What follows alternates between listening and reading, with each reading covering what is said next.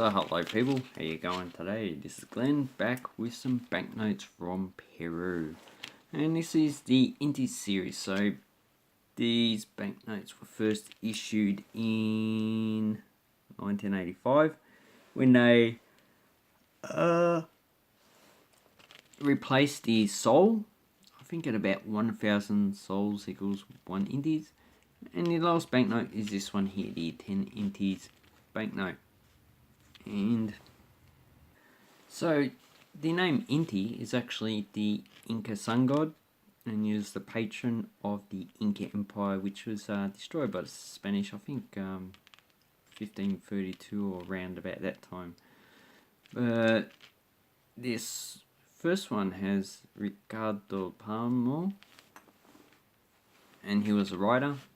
So Wikipedia has an article on him, so you can look up there. And here we have the president, the director, and the general director. And we have the coat of arms. And on the reverse, we have cotton picking and also digging up soil. And looks like he's in a Native American type of clothing. And she looks like a mestizo, or maybe a Native American.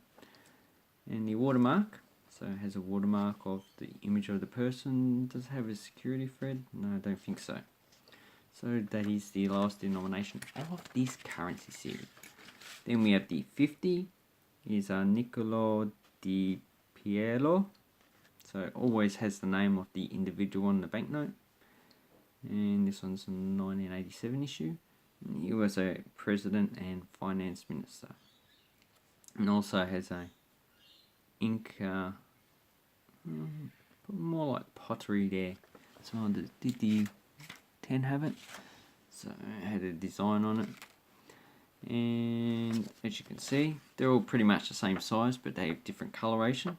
This one has an oil derrick, so a pipeline helicopter in the background. And this is supposed to be a security feature here. Does it have a security thread? No. But it does have a watermark. Probably has the UV as well, because UV is pretty cheap to actually produce. So these banknotes actually just come in 1 and 5 denominations. So 10, 50, 100, 500, 1000, go like that up into 5 million. But I haven't got a 5 million one. Anyway, here's Roman Castillo. He was also a president, but he was a marshal in the army. And oh look, pottery, Native American pottery. And the Incas were the last stage of the native empires in Peru. Peru has had civilization for like 2,000 or 3,000 years, so it's very interesting, especially the coastline area. And this does have a security thread. It looks like cemented, or maybe it has writing on it. I think it just says 100. Not 500. And on the reverse we have textiles, and here we have a native architecture. So the Incas never actually had writing. I think they had a system of using beads on string or whatever to keep information. And here we have the first indigenous or Native American, and he is Tupac Amaru II, and he was named after the last Incan emperor, I think, but he was related to the bloodline, and he was a freedom fighter, so he actually rose up against the Spanish sometime. Oh, when did he rise up against the Spanish? So I'm looking at Wikipedia. So 1738 to 1781, and he uprising was in 1780, and he was captured and executed. So pretty much failed, but it was an inspiration for the uprisings of later to get rid of the Spanish from South America. Have a look at this nice Native American tapestry or something like that. It looks beautiful. So it has a nice blend of European and Native American designs. And look, this looks like the Nazca lines, which is in Peru, which are only lines you can see from an aircraft or out of space. And here's a mountain range, probably around the region of the Nazca lines. So that's a nice banknote. There's beautiful scenery. So as inflation took off, they actually issued a lot higher denominations. So here we have the 1000 denomination. It says Andreas Avelino Casero. He was a president and also marshal, same as the guy in the 100s.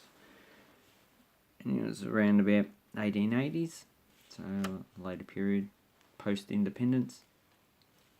And on the back we have the Chan Chan ruins, which are one of the last places of the Inca residents. And here we have something that's most likely in the museum,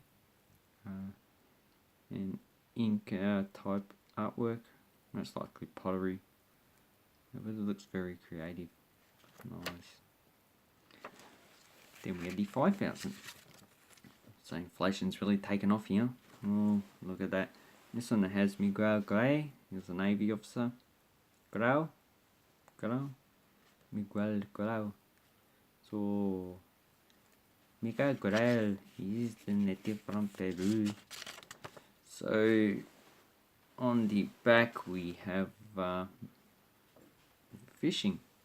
So 3 people looking after fishing lines. In the back we have some trawlers.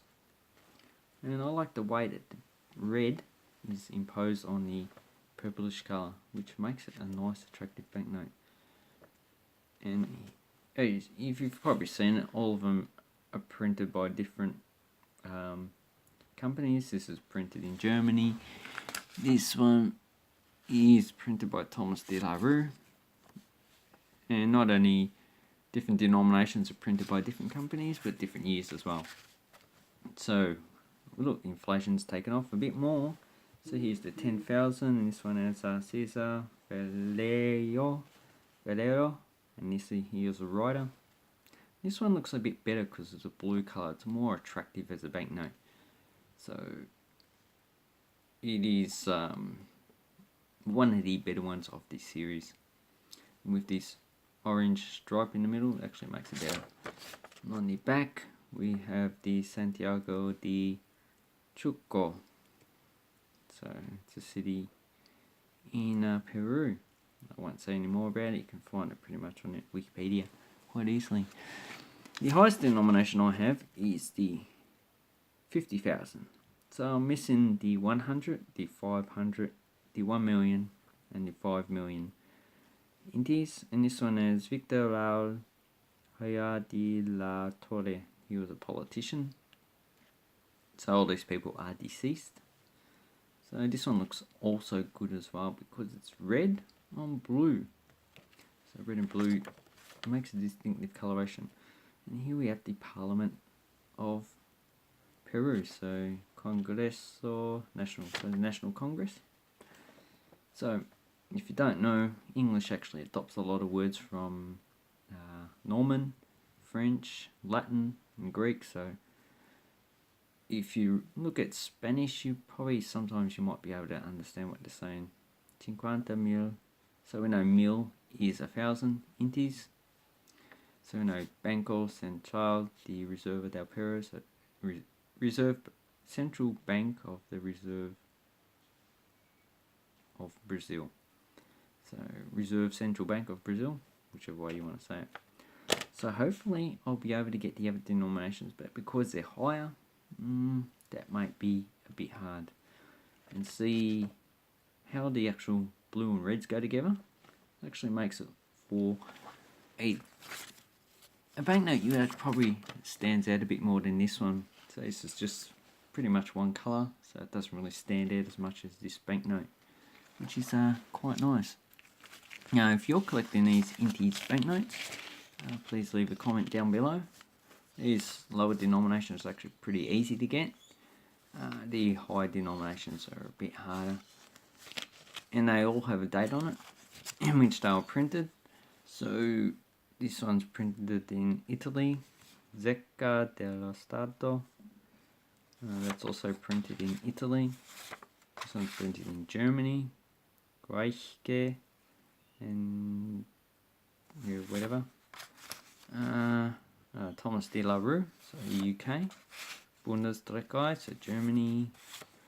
Another Bundesdruckerei, so Germany. Casa Dominica do Brasil, so I think that's Brazil. And Thomas de la Rue, so United Kingdom as well. So anyway, I hope you enjoyed this series of banknotes. They're actually quite a nice series, probably not too popular.